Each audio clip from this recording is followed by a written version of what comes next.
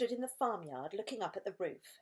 The old farmhouse had a fine roof of pale red tiles and tall chimneys. There was no sign of Grandma. There was only a song thrush sitting on one of the chimney pots singing a song. The old Wurzels got stuck in the attic, George thought. Thank goodness for that. Suddenly, a tile came clattering down from the roof and fell into the yard. The song thrush took off fast and flew away. Then another tile came down. Then half a dozen more.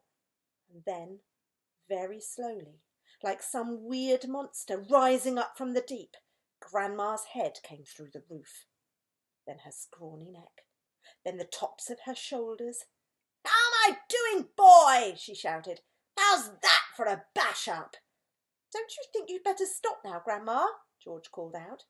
"I have stopped," she answered. "I feel terrific. Didn't I tell you I had magic powers? Didn't I warn you I had wizardry in the tips of my fingers? But you wouldn't listen to me, would you? You wouldn't listen to your old Grandma." "You didn't do it, Grandma," George shouted back to her. "I did it.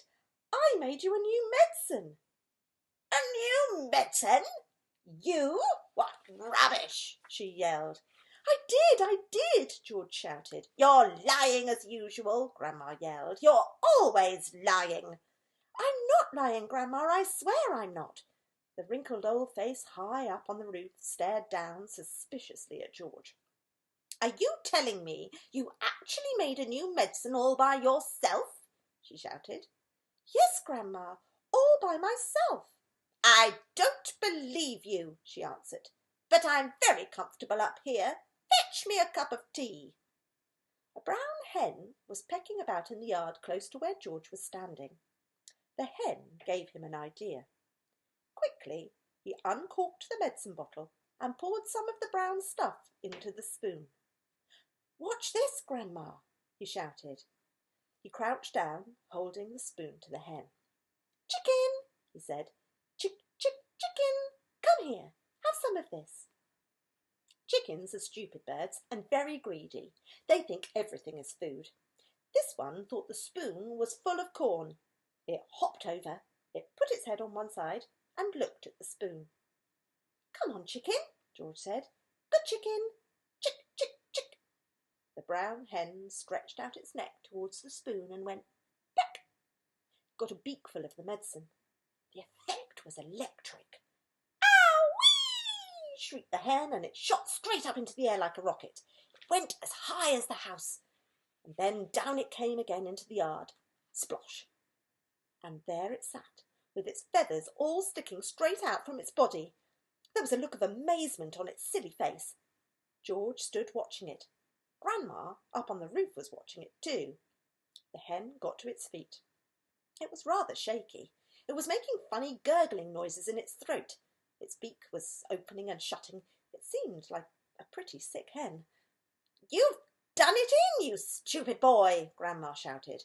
"That hen's going to die. Your father will be after you now. He'll give you socks and serve you right." All of a sudden, black smoke started pouring out of the hen's beak. "It's on fire!" Grandma yelled. "The hen's on fire!" George ran to the water trough to get a bucket of water.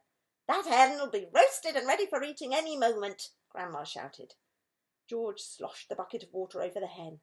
There was a sizzling sound and the smoke went away. "Old hen's laid its last egg," Grandma shouted. "Hens don't do any laying after they've been on fire." Now that the fire was out, the hen seemed better. It stood up properly. It flapped its wings, then it crouched down low to the ground, as though getting ready to jump. It did jump. It jumped high in the air and turned a complete somersault, then landed back on its feet.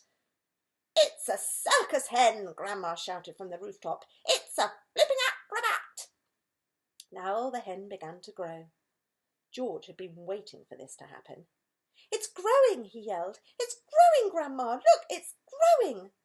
Bigger and bigger, taller and taller it grew. Soon the head was 4 or 5 times its normal size. "Can you see it, Grandma?" George shouted.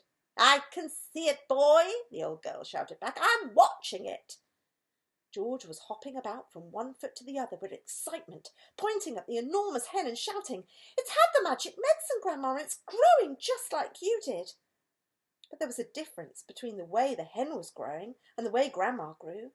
When Grandma grew taller and taller, she got thinner and thinner. The hen didn't. It stayed nice and plump all along. Soon it was taller than George, but it didn't stop there. It went right on growing until it was about as big as a horse. Then it stopped. "Doesn't it look marvellous, Grandma?" George shouted. "It's not as tall as me," Grandma sang out. "Compared with me, that hen is titchy small. I am the tallest of them all."